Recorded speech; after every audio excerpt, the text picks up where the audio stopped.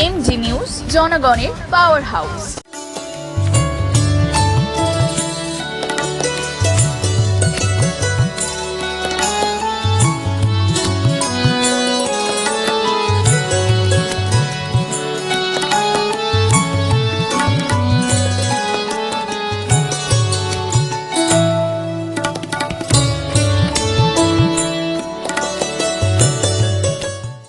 বৃষ্টিমুখর দিনেও সাধারণ মানুষ তিলোত্তমার বিচারের দাবি নিয়ে পথে নেমেছে। জুনিয়র ডাক্তাররা প্রায় 7 দিন ধরে আন্দোলন চালাচ্ছে স্বাস্থ্য ভবনের সামনে এবং অন্যদিকে বিভিন্ন জায়গায় সাধারণ মানুষ বৃষ্টিমুখর দিনেও মিছিলে বেরিয়েছে।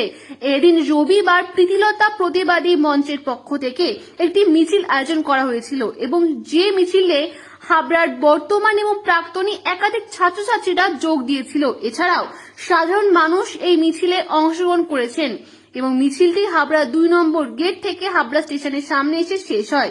মিছিলে উই ওয়ান্ট জাস্টিস ও শাসক ও প্রশাসনের বিরুদ্ধে বিভিন্ন স্লোগান উঠতে থাকে এবং মিছিলটির সমাপ্তি হয় উই শ্যাল ওভারকাম গান দিয়ে। মিছিলের কিছু অংশ দেখে নিন।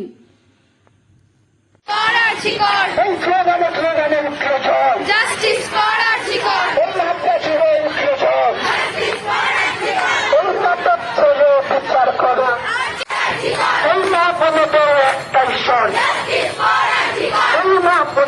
একটাই শট, এই রাজ্য থেকে ইনক্লুশন। তুমি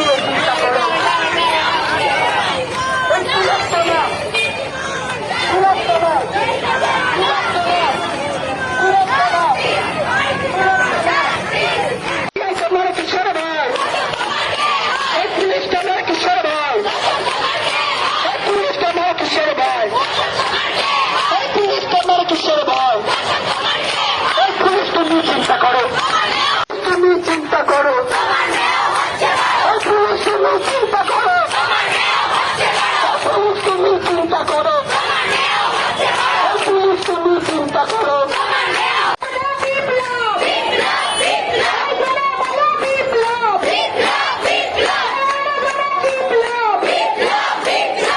হাবড়া থেকে সুমিতা পালের রিপোর্ট, এমডি নিউজ।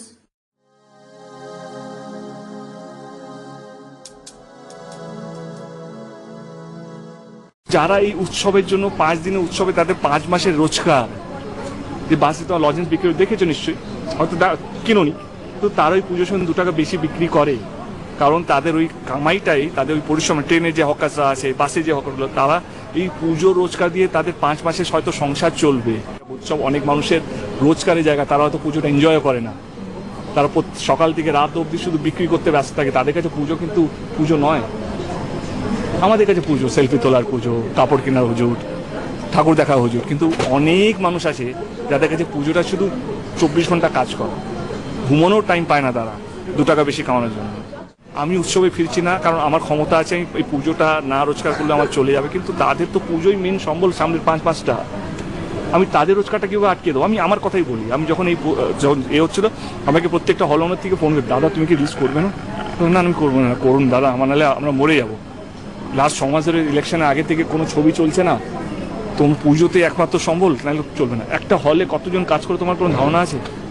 মিনিমাম 10 থেকে 20 জন কাজ করে, যারা বাথরুম পরিষ্কার করে, যারা হল পরিষ্কার করে, যারা পপকর্ন বিক্রি করে, যারা টিকিট বিক্রি করে, যারা বক্স অফিসে বসে। আজকে 100 হলে মিনিমাম 10 থেকে 20টা হলে কত হয়? 1000, 2000 ডাইরেক্ট। এবার তাদের পরিবার আছে, কারোর পরিবার 2 জন আছে, কারোর পরিবার 3 জন আছে, কারোর পরিবার 5 জন আছে। যদি দেখি আমার একটা ছবি কম করে 5 থেকে 10,000 লোককে এই পুজোতে একটা কর্মর একটা দেবে, জায়গা করে দেবে। উৎসবে ফিরছি না, আমি প্রতিবাদে আছি, কিন্তু হ্যাঁ, উৎসবটা যেই মানুষগুলো রোজগার করে উৎসব থেকে, তাদের পেটে আমি লাথি মারতে পারবো না, কারণ আমার কোনো অধিকার নেই। যাদেরকে দেব বানিয়েছে সে তাদের কর্মটা ছিনে। প্রতিবাদে যায়। ইতিহাস, সত্যের ইতিহাস, ন্যায়ের ইতিহাস, সেই ফ্রেঞ্চ রেভলিউশন থেকে শুরু করে মানুষ লিখেছে, সাধারণ মানুষ লিখেছে। আর ডাক্তারদের কথা যদি তোমরা বলো, একটা কথা মনে রেখো, যে ডাক্তাররা গণ আন্দোলন লিড করেছেন, রুডাল্ফ ভিট্রিও থেকে শুরু করে, ভাড়া থেকে শুরু করে, আনসন চেখভ থেকে শুরু করে, তারা ডাক্তার ছিলেন, এবং ডাক্তার ছিলেন বলে তারাই জানতেন যে কারো শরীরে নীল রক্ত পায় না, সবার শরীরে লাল রক্ত পায়।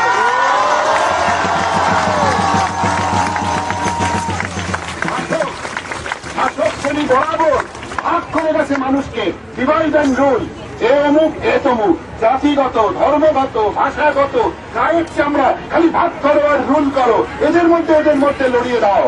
সেই জন্য ডাক্তারের অবস্থানটা বরাবর হচ্ছে সেই একমাত্র প্রত্যক্ষ জ্ঞানে জানে যে মানুষের সঙ্গে মানুষের কোনো ভেদ নেই।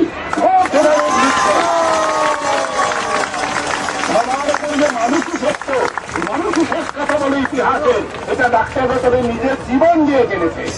আর আজকে তোমরা যে কষ্টের জন্য উঠে দাঁড়িয়েছ, আজকে তিলোত্তমা অমর হয়ে গেছে। তিলোত্তমাকে আর নতুন করে তোমরা আমাদের মেদিনীপুরের আমার ছেলে মেয়েরা, তোমরা জানো আমার একটু পাহাড়ে যাওয়ার মানে আছে, ও ইতিহাস আছে, পাহাড়ে যাই। অলরেডি গত 3 দিন আগে আমাদের মাউন্টেনিয়ারিং কনভেনশনের একটা মিছিল হয়েছে ধর্মতলায়। সেখানে আমি প্রস্তাব দিয়েছি যে আগামী 1 বছরে পশ্চিমবঙ্গের যে কোনো ক্লাব থেকে হিমালয়ের কোন একটি 6000 মিটারের উপর শৃঙ্গ আননেম পিক যদি ক্লাইম্ব হয়, তার নাম মাউন্ট তিলোত্তমা দেওয়া হবে।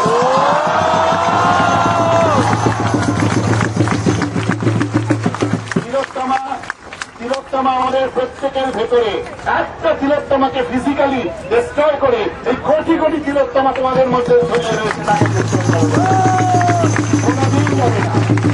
এই জন্য আজকে তোমাদের মধ্যে একটা অদ্ভুত কষ্ট আমাদের সবার মধ্যে হচ্ছে। গত 1 মাস ধরে আমরা কেউ ঘুমাতে পারছি না। এটা একটা অদ্ভুত কষ্ট। এই কষ্টের কোনো ব্যাখ্যা নেই। এটা কি দুঃখ, এটা কি ক্রোধ, এটা কি রাগ, এটা কি অভিমান, এটা কি আমরা জানি না কি? কারণ এটা আনপ্রেসিডেন্টেড। যে ঘটনাটা ঘটেছে সেটা আনপ্রেসিডেন্টেড। কোনদিন কোন সভ্যতার ইতিহাসে এটা ঘটেনি। যুদ্ধক্ষেত্রের কথা ছেড়ে দাও, মানে যেখানে যুদ্ধ চলে সেখানে ওই গোলা পড়ে, হাসপাতাল ভেঙে যায়, ডাক্তার নার্স মারা যায়, কিন্তু এটা অভাবনীয়। এটা কোনদিন এরকম ঘটেনি। সুতরাং this is a unprecedented incident and there is an unprecedented reaction. জনসাধারণের এই যে রিয়াকশন আনপ্রেসিডেন্টেড, সেই জন্য শাসক শ্রেণী আজকে তোমাদের মধ্যে যে ক্রোধ জাগরিত হয়েছে, এই ক্রোধটা পবিত্র ক্রোধ। তোমাদের চোখের দিকে তাকাতে যে কোনো শাসক ভয় পাবে। কোন স্বৈরাচারী শাসকের ক্ষমতা নেই তোমাদের চোখের দিকে তাকিয়ে কথা বলে। তাদের সব অস্ত্র ভোতা হয়ে গেছে। তারা জানে না যে এই পবিত্র ক্রোধকে কি করে মোকাবিলা করতে হয়। সব শাসকের অস্ত্র মোকাবিলা ভোতা হয়ে গেছে। আজকে ছাত্র সমাজ যাচ্ছে। আমার সম্পূর্ণ আশা আছে যে তোমরা অতি অবশ্য তোমাদের লক্ষ্যে পৌঁছবে। খালি একটা কথা মনে রেখো, কালকেও আমি গণকনভেনশনে বলেছি যে আগুন দাবানলের মতো এগোচ্ছে। ফল অফ বাস্তিল শুরু হয়ে গেছে। The fall of Bastille has begun. এখান থেকে একটা ভীষণ রকমের ষড়যন্ত্র চলবে এই আগুনকে ঘুরিয়ে একটা ব্লাইন্ড চ্যানেলে ঢুকিয়ে দিয়ে যাতে নষ্ট করে দেওয়া যায়। খুব সতর্ক থেকো, এই আগুন যেন ব্লাইন্ড চ্যানেলে না ঢুকে নষ্ট না হয়। এবং যে বাস্তিল দুর্গের পতন করার জন্য আগুন চলেছে, সেই বাস্তিল দুর্গের পতন না হওয়া পর্যন্ত এই আগুন থামবে না।